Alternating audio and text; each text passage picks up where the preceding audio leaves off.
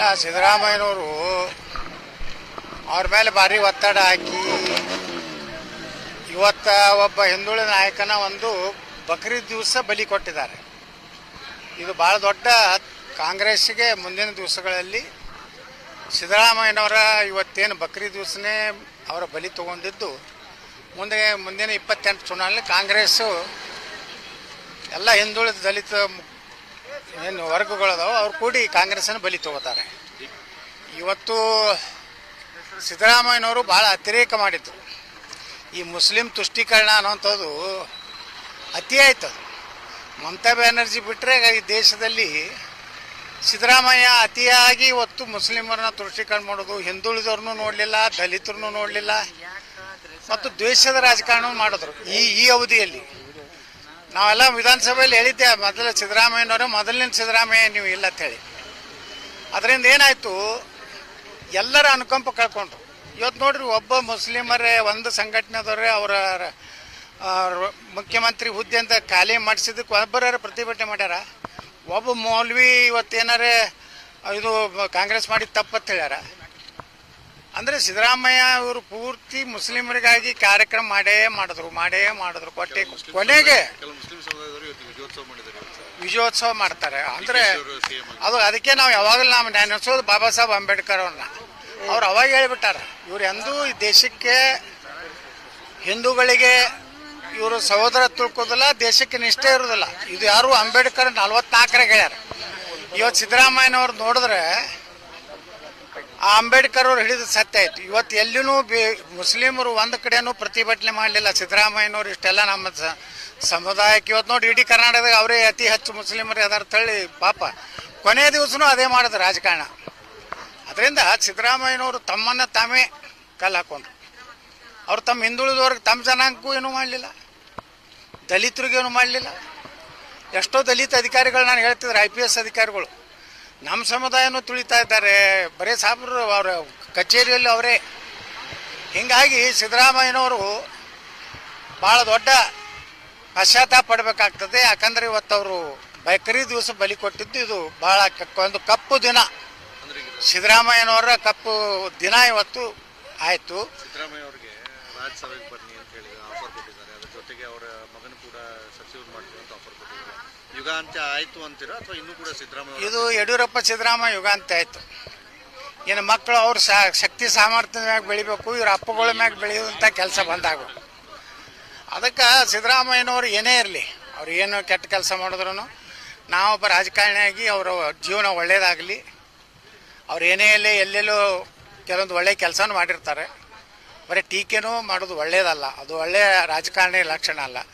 ಸಿದ್ದರಾಮಯ್ಯರವರಿಗೆ ಶುಭ ವಿದಾಯ ಹೇಳ್ತೀವಿ. ಅದ್ರ ಒಂದು ಮಾತ್ರ 2026 ನಾವು ನೆನೆಸ್ಕೋಬೇಕಪ್ಪ. ಏನಂದ್ರೆ ಎಲ್ಲ ಹಿಂದೂ ವಿರೋಧಿ ಮುಖ್ಯಮಂತ್ರಿಗಳ ಅಂತ್ಯ ಆಯಿತು. ಕೇರಳದಾಗ ಅಂತ್ಯ ಆಯಿತು, ಪಶ್ಚಿಮ ಬಂಗಾಳದಾಗ ಅಂತ್ಯ ಆಯಿತು, ಕರ್ನಾಟಕದಾಗ ಅಂತ್ಯ ಆಯಿತು, ಮತ್ತಿನ್ನೊಂದು ಯಾವ ರಾಜ್ಯ ಅದು ಅಂದರೆ ಅಲ್ಲಿ ತಮಿಳುನಾಡದಾಗ ಅದನ್ನೂ ಒಂದು ರೀತಿ ಹಿಂದೂಗಳ ವಿರೋಧಿ ಸರ್ಕಾರ. ಯಾಕಂದ್ರೆ ದೀಪ ಹಚ್ಚಲಕ್ಕ ಅಲ್ಲಿ ಸ್ವಾಮಿ ಅಯ್ಯಪ್ಪನ ಇದಕ್ಕೆ ದೀಪೋತ್ಸವಕ್ಕೆ ವಿರೋಧ ಮಾಡಿದ್ರು ಅವರು ಹಿಂದೂ ಸಂಪ್ರದಾಯಕ್ಕೆ. ಈ 4 ಮುಖ್ಯಮಂತ್ರಿಗಳ ಅಂತ್ಯ ಹಿಂದೂ ವಿರೋಧಿ ನೀತಿಯಿಂದ.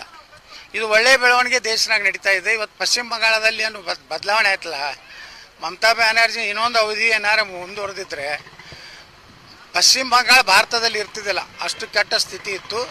ಅದಕ್ಕೆ ನಾನು ವಿಶೇಷವಾಗಿ ಪ್ರಧಾನಮಂತ್ರಿ ನರೇಂದ್ರ ಮೋದಿಯವ್ರನ್ನ, ಅಮಿತ್ ಶಾ ಅವ್ರನ್ನ ಅಭಿನಂದನೆ ಸಲ್ಲಿಸ್ತೀನಿ. ಅವನು ಬೇರು ಸಹಿತ ತೆಗೆದು ಹಾಕ್ಯಾರ. ಆದಷ್ಟು ಜಲ್ದಿ ತೃಣಮೂಲ ಅಂದ್ರೆ ತಳಗ ಅದು ಸಹಿತ ಈ ಮಮತಾ ಬ್ಯಾನರ್ಜಿ ಪಾರ್ಟಿ ಈ ದೇಶದಿಂದ ತೊಲಗಬೇಕು. ಸರ್, ಈಗ DK ಶಿವಕುಮಾರ್ ಅವರು ನೆಕ್ಸ್ಟ್ CM ಅಂತೇಳಿ ಈಗ ಆಲ್ರೆಡಿ ಶುರು, ಅದ್ರ ಜೊತೆಗೆ ರೀತಿ ಮಾತುಗಳು ಕೂಡ ಕೇಳಿ ಬರ್ತಾ ಇದೆ. ಯಾವ ರೀತಿ ಆಗ್ಬೋದಾಗಿದೆ ರಾಜ್ಯ? ನೋಡಿ, ಈಗ DK ಶಿವಕುಮಾರ್ ಅವ್ರ ಪಾರ್ಟಿ ನಿರ್ಣಯ ತಗೊಂಡಿದ್ದಾರೆ, ಅದು ಅವ್ರ ಪಾರ್ಟಿ ನಿರ್ಣಯ ಇದೆ. ಇದರಲ್ಲಿ ನಮ್ಮದೇನು DK ಶಿವಕುಮಾರ್ ಮಾಡಬೇಕು, ನಮ್ಮ ಯಾರು ಪರಮೇಶ್ವರನ್ ಮಾಡಬೇಕು, MB ಪಾಲ್ರು ಮಾಡಬೇಕು ಅನ್ನೋದು ಆ ಪಾರ್ಟಿಗೆ ಬಿಟ್ಟಿತ್ತು. ಪಾಪ MB ಪಾಲ್ರು ಭಾಳ ಆಸೆ ಇಟ್ಕೊಂಡಿದ್ರು ಆಗ್ತಾನೆ ಅಂತೇಳಿ. ನಮಗೂ ನೋವಾಗಿದೆ ಅವ್ರು ಆಗ್ಲಾರ್ದಕ್ಕೆ. ಆದರೆ ಇವಾಗ DK ಶಿವಕುಮಾರ್ ಆಗ್ಯಾರ, ಇನ್ನೊಂದು 2 ವರ್ಷ ಅವಧಿ ಇದೆ, ಒಳ್ಳೆ ಕೆಲಸ ಮಾಡಲಿ, ಭ್ರಷ್ಟಾಚಾರ ಏನು ಮಾಡ್ತಿದ್ರು ಅದು ಕಡಿಮೆ ಮಾಡಲಿ ಅಂತ ಬೇಡ್ಕೊತೀನಿ ಅಷ್ಟೇ. MB ಪಾಟೀಲ್ ಕೂಡ DCM ಸ್ಥಾನ ಸಿಗುತ್ತೆ, ಕೊಡಲಿ, ಒಳ್ಳೇದಲ್ಲ, ನಾವು ಸಂತೋಷ ಪಡ್ತೀವಿ. MB ಪಾಟೀಲ್ರು ಉಪಮುಖ್ಯಮಂತ್ರಿ ಆದರೂ ಸಂತೋಷ ಪಡ್ತೀವಿ, ಮುಖ್ಯಮಂತ್ರಿ ಆದರೂ ಸಂತೋಷ ಪಡ್ತೀವಿ. ನಾವ್ಯಾಕೋ ಹೊಟ್ಟೆ ಕಿಚ್ಬಿಡೋನು? ನಮ್ಮ ಜಿಲ್ಲೆದವ್ರು ಒಬ್ಬರು ಪ್ರತಿನಿಧಿ ಆದ್ರೆ ನಮ್ಗೆ ಖುಷಿ ಅಲ್ಲ, ನಮ್ಗೆ ಇನ್ನಷ್ಟು ಅಭಿವೃದ್ಧಿ ಕೆಲಸ ಆಗ್ತಾವೆ. ಈಗ 2 ಸ್ಥಾನ ಅದಾವ ಸರ್ ನಮ್ಮ ಜಿಲ್ಲೆ, 2 ಉಳಿತಾವ ಬಂದೇ ಬರುತ್ತೆ. ಅದು ಗೊತ್ತಿಲ್ಲರಪ್ಪ, ಅದು ಕಾಂಗ್ರೆಸ್ನವ್ರು ಗೊತ್ತ, ನನಗೇನು ಗೊತ್ತಾ? ನಮ್ಮವರೊಬ್ಬರು ಉಪಮುಖ್ಯಮಂತ್ರಿ ಆಗ್ತಾರಂದ್ರೆ ಸ್ವಾಗತ ಮಾಡ್ತೀನಿ. ಅವ್ರಿಗೂ ಒಳ್ಳೆಯ ಭವಿಷ್ಯತ್ತಂದ್ರೆ ಮುಂದೆ ಮುಖ್ಯಮಂತ್ರಿ ಆಗಲಿ. ಯಾರು ನಾವೇನು ಹೊಟ್ಟೆ ಕಿಚ್ಬಿಡುವಂಥ ವ್ಯಕ್ತಿ ಅಲ್ಲ ನಾವು. ಸಿದ್ದರಾಮಯ್ಯ ಅವರು ಸಿಎಂ ಸ್ಥಾನ ಹೇಳಿದ ನಂತರ ಮುಂದಿನ 2028 ವಿಧಾನಸಭೆ ಎಲೆಕ್ಷನಲ್ಲಿ ಯಾರು ಕುರುಬು ಓಟು ಮೇಲೆ ಸೀಮಿತರಾಗಿದ್ರು, ಯಾರು ಅವ್ರ ಮತಗಳಿಂದ ಆಯ್ಕೆ ಆಗ್ತಾ ಇದ್ರು, ಅವ್ರಿಗೆಲ್ಲ ಈ ಬಾರಿ ಇಫೆಕ್ಟ್ ಆಗುತ್ತಾರೆ. 100ಕ್ಕೆ 100 ಸಿದ್ದರಾಮಯ್ಯನವ್ರ ಬಗ್ಗೆ ಒಂದು ಸಮುದಾಯದಲ್ಲಿ ಪ್ರೀತಿ ಈಗ ಒಂದು ಇವತ್ತಾದರೂ ಆ ಸಮುದಾಯದಲ್ಲಿ ಸಿದ್ದರಾಮಯ್ಯನವರೇ ಯಾವುದೇ ರೀತಿಯ ಇದು ಇರಲಾರ್ದು, ವಿರೋಧ ಇರಲಾರ್ದಂಥ ನಾಯಕರು ಯಾರಪ್ಪ ಅಂದರೆ ಸಿದ್ದರಾಮಯ್ಯ. ಸಹಜವಾಗಿ ಆ ಸಮುದಾಯಕ್ಕೆ ನೋವಾಗೋದು ಸಹಜ, ಆಲಮತ ಸಮಾಜಕ್ಕೆ ನೋವಾಗ್ತದೆ. ಅದರ ಸಿಟ್ಟನ್ನು ಸೇಡನ್ನು 28ರಲ್ಲಿ ಸಮುದಾಯ ಈ ರಾಜ್ಯದಲ್ಲಿ ಡೆಫಿನೆಟ್ಲಿ ಅಷ್ಟೇ ಅಲ್ಲ, ಹಿಂದುಳಿದ ದಲಿತರು ಸಹಿತ ಈಗೇನು BJP ಏನು ಕಾಂಗ್ರೆಸ್ಸೇತರ ಓಟುಗಳ ಬ್ಯಾಂಕ್ ಇತ್ತು, ಯಾವುದಾವುದೋ ಕಾರಣಗಳಿಂದ ಕಾಂಗ್ರೆಸ್ಗೆ ಹೋಗಿತ್ತು, ಅದೆಲ್ಲ ವಾಪಸ್ಸು ಕಾಂಗ್ರೆಸ್ ವಿರೋಧಿ ತಳ ಯಾವುದೋ ಸ್ಟ್ರಾಂಗ್ ಇರ್ತೈತೆ ಅವತ್ತು JCB ಸ್ಟ್ರಾಂಗ್ ಇರ್ತೈತೋ, BJP ಸ್ಟ್ರಾಂಗ್ ಇರ್ತೈತೋ ಈಗ ಹೇಳೋಕ್ಕಾಗೋದಿಲ್ಲ 2 ವರ್ಷದ ನಂತರ. ಆದರೆ ಅದ್ರ ವಿರೋಧಿ ಅಲ್ಲೇ ಇದ್ದೇ ಇರ್ತದೆ.